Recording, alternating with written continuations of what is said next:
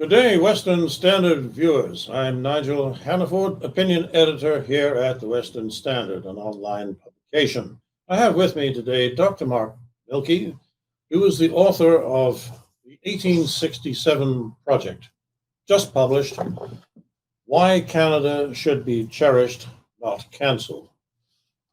Dr. Milke is president of the Aristotle Foundation. He is also president of the Winston Churchill Society here in Calgary. And he is the author of 6 books formally, one which is very much on the public mind at the moment, The Victim Cult, which he examines some of the trends in society that make life a little more difficult for all of us. Looking back over his history, I've got this whole bookshelf of Dr. Milke's books. There's something about this which seems like it's a summation of a train of thought that's been going on for more than 20 years. Why did you write this book at this time, Mark? Nigel, thanks for having me on. I think what's happening today, the best way to understand it is when you hear people that want to cancel Canada, sometimes literally, right? They think Canada is a genocidal nation state that somehow shouldn't be, cherished. Well, they're wrong on the first and they're wrong on the second. And what's happening these days is akin to people who want to take down an oak tree. I love trees. One of my favorite trees is an oak tree. Why? Because it's massive. It has a great canopy. It shelters people below it. My car has been hit by hail a number of times. If I'd been under an oak tree in the canopy, probably would have been sheltered from the hail. Countries are like that, right? It takes a long time to build something successful. And in the Anglosphere anyway, and increasingly other countries around the world that value freedom of speech, freedom of inquiry, capitalism, that sort of thing, countries do take time to develop. So like an acorn that becomes an oak tree, what do you do as it grows? Well, you make sure there's sunshine, which is kind of like freedom, of expression. You need water and nutrients, to help the tree along. That's, replenishes the tree. And it's the same thing with countries, right? You need freedom of expression. You need nutrients for the country's ideas. You also need resistance. Wind can help an oak tree, cement itself in the ground, anchor itself. Well, we have people today, though, that will spot in history a limb on the oak tree and say, well, that was, it was a bad limb. We should take down the entire tree. No, the fact that in Canada, 1867 or 1920, it wasn't perfect and they spot something bad in our history doesn't mean you take down the project that was Canada then or now. So the problem today is we have people, though, that simplistically think that if something bad happened in history, Canada has no credibility, and that somehow we should, start from year zero. That's very silly. It's also very dangerous. But that's the best way to explain it, is that some Canadians, not a majority, but they're influencing, I think, a great chunk of the population, think Canada isn't worth cherishing. So myself and 19 other authors in the 1867 project disagree and say, no, let's take another look at Canada in history and now, and how can we renew this wonderful country that we have going forward. So, Mark, in your book, you have got several chapters which I think are going to really surprise people because you're bucking the mainstream consensus. You are, for example, saying that Canada is not a systematically racist country.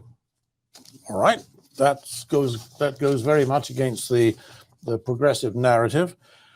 Controversially, you're saying that the British Empire was a good thing. I personally see no reason to dispute that, but others do. And then, of course, you're saying, and I think this one must be generating a lot of heat for you, that John A. Macdonald, he whose statue is routinely pulled down as a protest, actually saved more Indigenous lives than any other prime minister. Where do you get that from? Well, we've got some very excellent authors in the 1867 project, right? So there's 19 other authors.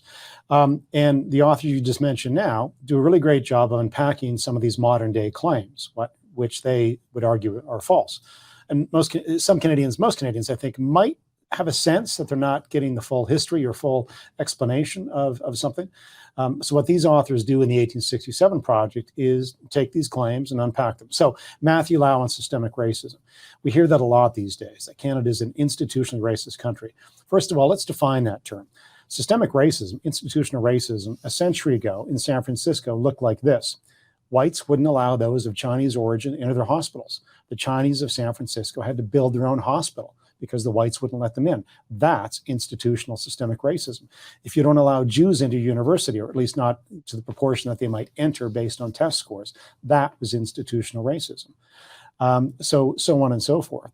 But that's been illegal in Canada since at least the 1950s. Ontario passed laws against discriminating based on race and gender and ethnicity and hiring and accommodation in 1951, 1952. So let's not confuse what is institutional systemic prejudice then with the fact you can meet a bigot today. But a bigot you meet a bigot on the street, that doesn't mean Canada is an institutionally racist society. So Matthew Lau unpacks that a bit, but he also goes into income statistics. So for example, when you compare incomes of whether it's males or females, what you find mostly is that if your ancestry is East Asian, for example, you're at the top of the income heap, right? Guys with pale faces like you and me are in the middle. And if, you need to work harder, Mark. Yeah.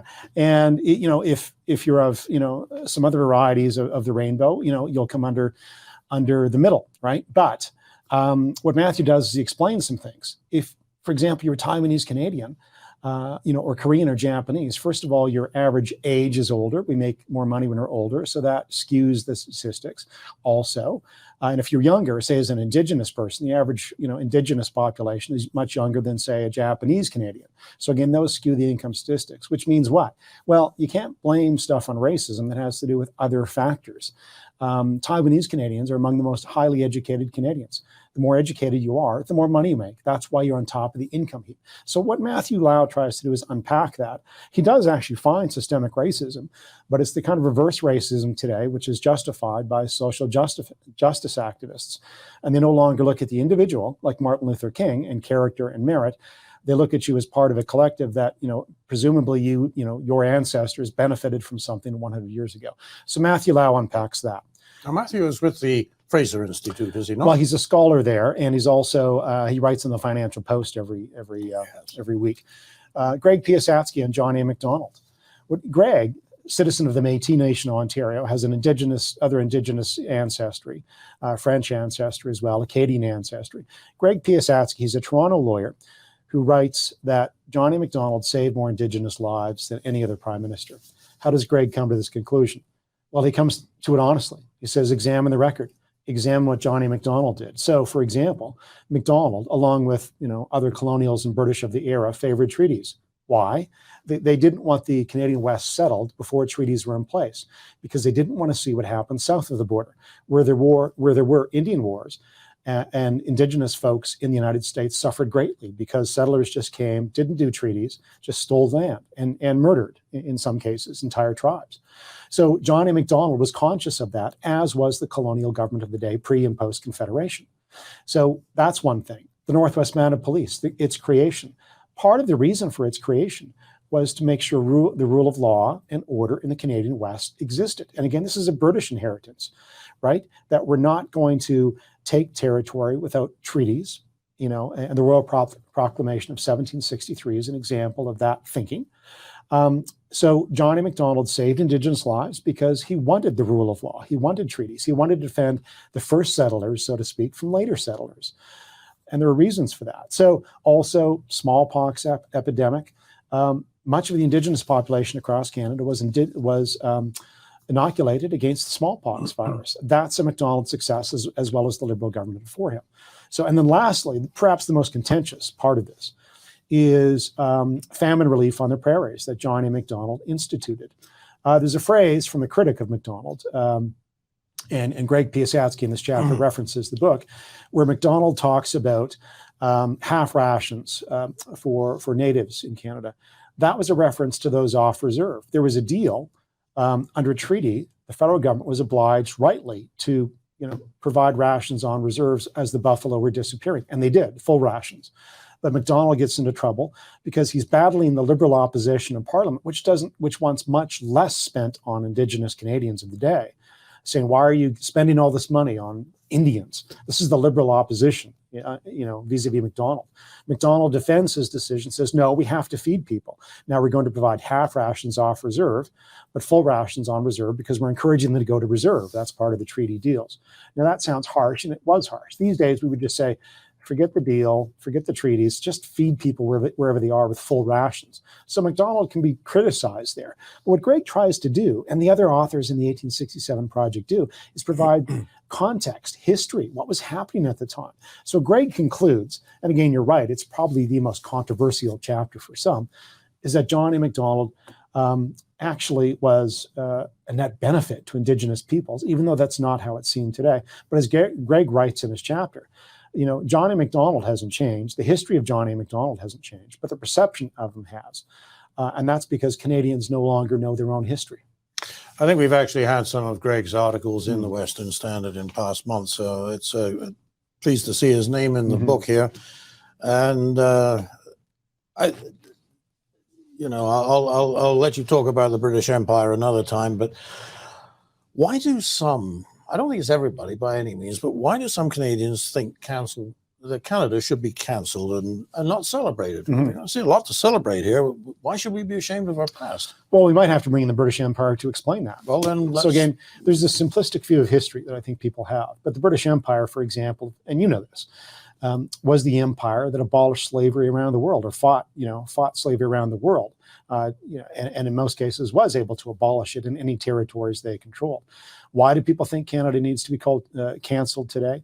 I think in part there's a couple of things going on there. Number one, we have utopians today that look to the past and go, well, it wasn't perfect, therefore we can't respect it or we can't celebrate it. That to me is short-sighted. And what I mean by utopians, though, is if you think about the 20th century, the main utopian movement was Marxism. And Marxists, were wrong about pretty much everything, the economy, human behavior, so on and so forth. But I suppose at least a Marxist could argue their utopia they were going to create was in the future. We have people today that look back in history, which by definition is closed. You can't change it. It's done. And think it should have been perfect, even though history contains imperfect human beings like today. And so they're very immodest because they can't conceive of how 100 years from now, someone may look at them or Nigel and Mark and say, what were you thinking? And 100 years from now, find something that we believe today to be accurate and think, no, you're way off base. Similarly, we have immodest people today, though, that can't conceive that they could be wrong about something. But they also look at history in very simplistic terms. And what I mean by that is this. In the 1950s, with due respect to John Wayne, I wouldn't want to have been an Indigenous person in one of his productions because they were always kind of the sidekick. They were always, the supportive role. I think it fairly can be described as not exactly friendly, and not an accurate portrayal, and somewhat even racist. But that's flipped today, where Indigenous good, colonial era bad. That's simplistic too. One of the things the British Empire had to deal with, and in British Columbia, where I'm from originally, in the mid-19th century, was slavery issues among the Indigenous population. So Governor James Douglas in the mid-19th century has to buy slaves from some First Nations to free them because, it's impossible given the smallness of the British presence of the day to really abolish slavery in British Columbia. And that didn't really get abolished until the late 19th century. Now, I bring up the Indigenous slavery in British Columbia, not to pick on Indigenous folk, but to simply say slavery was a reality of human history. And if you simply look at history and, 50 years ago, 100 years ago, where the British did no wrong and everybody else was, inferior, or the reverse today, that's why the British Empire and Analyzing It matter. And Chris Champion does another chapter in the 1867 project as well. But you have to look at history as the potential for good and evil in each one of our ancestors, and also take the good from the past. So the British gave us the rule of law, capitalism, the rights of women. These were ideas that, can be lauded by anyone and should be kept, right? My background's German, but I wouldn't recommend that we take much from the Germans historically. So look, I think the problem today is people are utopian. I think they have a very black and white, really shallow view of history, where they don't understand how to learn the right lessons from history. So I think that's what's led to some of our modern day disputes. Let me ask you this. Do you think we're having a good faith discussion with the people who you describe as utopians, or is this actually a twisted narrative that they use in order to gain power, political power, at the expense of people who they perceive to be in power at the moment? Well, I mean, I think two things are driving this. I do think people have some sincere ideas and wrong ideas about how to view Canadian history and why we can't celebrate it. So as I've explained, I think they're wrong in terms of their view. But sure, I mean, power, people in power sometimes, and if you're convinced of something, you don't like to be contradicted. But that's precisely why we need to contradict them. I mean, look, the way forward, again, back to the oak tree analogy, why do oak trees need sunshine? Because they expose flaws in the tree. If you want to prune the tree, you're not going to do it at 2 a.m. in the morning. You're going to do it in, the light of day. When there are problems in a country like Canada, the only way to correct those problems is to do some pruning in the light of free expression. And so that's part of the book as well. That's why the first part of the 1867 project goes through cancel culture. And some of those examples in journalism, in politics, elsewhere, but also some of the core problems today where Bruce Pardy from Queen's University, the Toronto University and the law professor at Queen's, Pardy argues that, we've succumbed to kind of a new Marxism where everything is about power and there's no objective reality out there. And the Marxists thought this about economics, but it's now morphed into these other spheres. And Pardy does a wonderful job of saying, listen, the Marxist and critical theory are at the root of some of these problems, where they think there's no objective reality, and that's why you can have woke folk today decide that nothing matters, nothing is concrete, all that matters is power, and that's a dangerous road to go down. If they lose power and some actual fascist power takes power one day, they will regret kind of lobbying for the look at all of us through only the power lens. In the saddle today and under the horse's heels tomorrow. Yes, exactly. Now, it would be very easy to make this a depressing book, and yet I see that towards the end you throw out some hopeful signs. Can you just elaborate on those? We do. The last third of the 1867 project, available on Amazon, I should probably promote that, is looking forward. And we've got a number of authors. So we've got one author from Goa, India, an entrepreneur, Gaurav Jaswal, says, why are you Canadians beating up yourself? You've got a great country, and here's why. And he goes into some detail. And we've got other immigrants' stories actually in the book as well.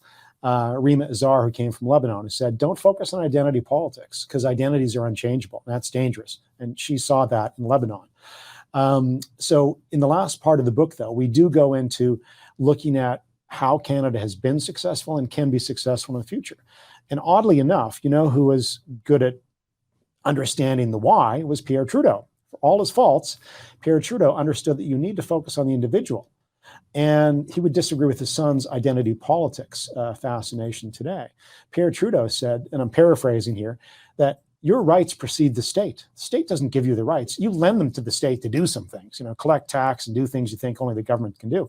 But you lend those rights to the state. Your rights precede the state, said Pierre Trudeau, battling ethno-nationalist separatists in 1992 in the Charlottetown Accord referendum. This is where we get the quote from in the book. But the last part of the book says this, and Van Vikachalam, a friend of mine, and I author a chapter, I author another chapter, but the basic gist of both chapters is let's not divide on identities in Canada. That's a recipe for disaster because no one can change their color, their ethnicity, where they were born.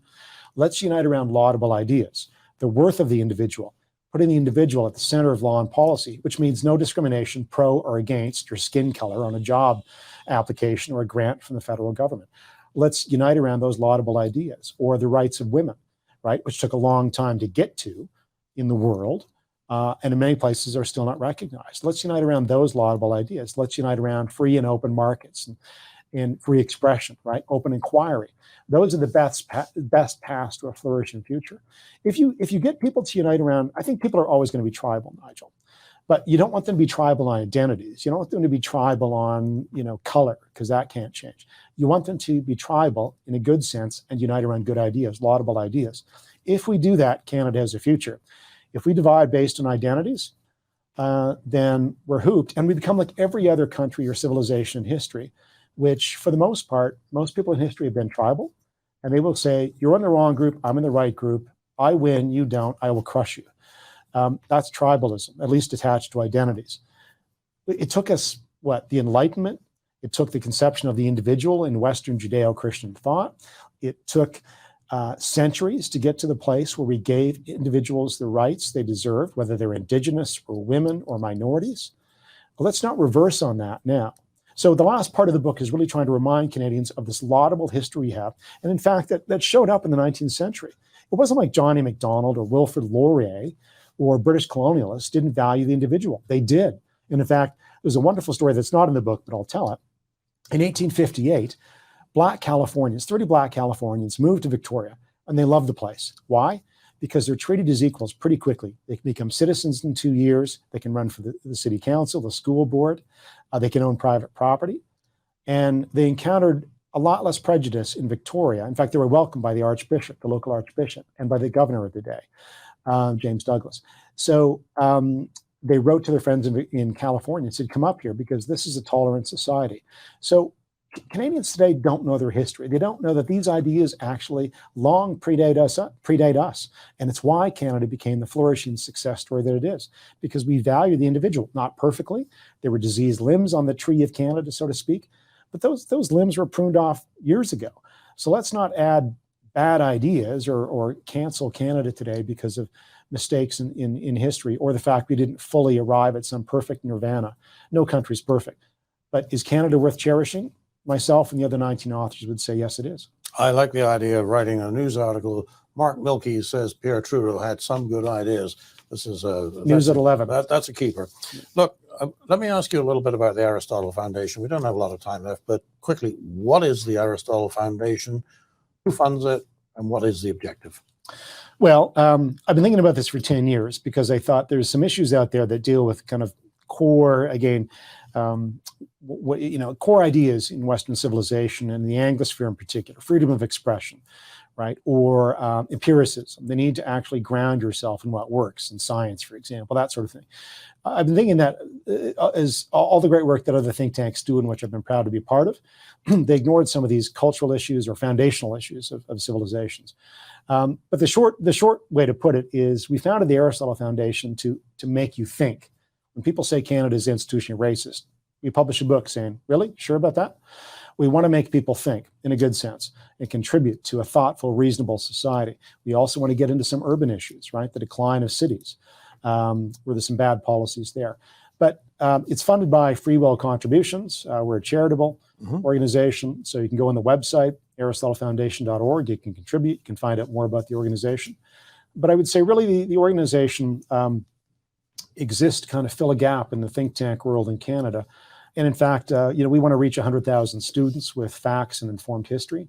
But data and statistics cannot live alone. We actually want to bring in history as well, because I think when you introduce some history to the debate and policy debates, like I mentioned on how Black Californians love Victoria in 1858 of all times and places, that helps modify some of our maybe harsh rhetoric today, on various sides that, when you look in history, there's some good things that happen in history. And I think history, it's one of the things we want to use at the Aristotle Foundation to broaden the scope of what's being discussed and get people to think more. So the Aristotle Foundation, we created it to make people think. Last question. Of all the people you could have chosen, why Aristotle? 2,400 years ago, Greek rhetorician. Why Aristotle? And I had advice not to do it. He was a dead white male who, held slaves, right? Well, Aristotle, because if you go back to ancient Greece, it was in ancient Athens where, at least in the Western tradition, they first started debating democracy, a nascent form of democracy. How should we govern ourselves? They also asked questions which we want to ask today and should ask, and we do ask, consciously or unconsciously. What does a good life look like? Also, Aristotle wrote about politics, and he wrote about friendship. Right? So he wrote about things that concern us all and the family. So Aristotle was an empiricist, he was thoughtful, and he asked the important questions. And much in history is not new. And I would submit that a lot of the answers are not new either. So we named it after Aristotle because, here's a fellow millennia ago and those that surrounded him in ancient Athens that started to ask the important questions. And I think we have to ask those again today. What kind of Canada do we want? How should we live? Mark, congratulations on establishing the foundation and upon the first production from out of your Aristotle Foundation. It's been great to have you on the show. Thank you very much for coming here. Ladies and gentlemen, that's it for now. I will just remind you that to find out more about the Aristotle Foundation and no doubt to order your copy of the book, go to aristotlefoundation.org. Is that right? That's correct. aristotlefoundation.org. And thank you for watching. Canadian Shooting Sports Association. Without the CSSA, our gun rights would have been taken long ago. These guys are on the front lines helping to draft smart and intelligent firearms regulations and legislation in Canada, and more importantly, educating the public about how we keep guns out of the hands of the wrong people. To become a member, it's absolutely worth every penny.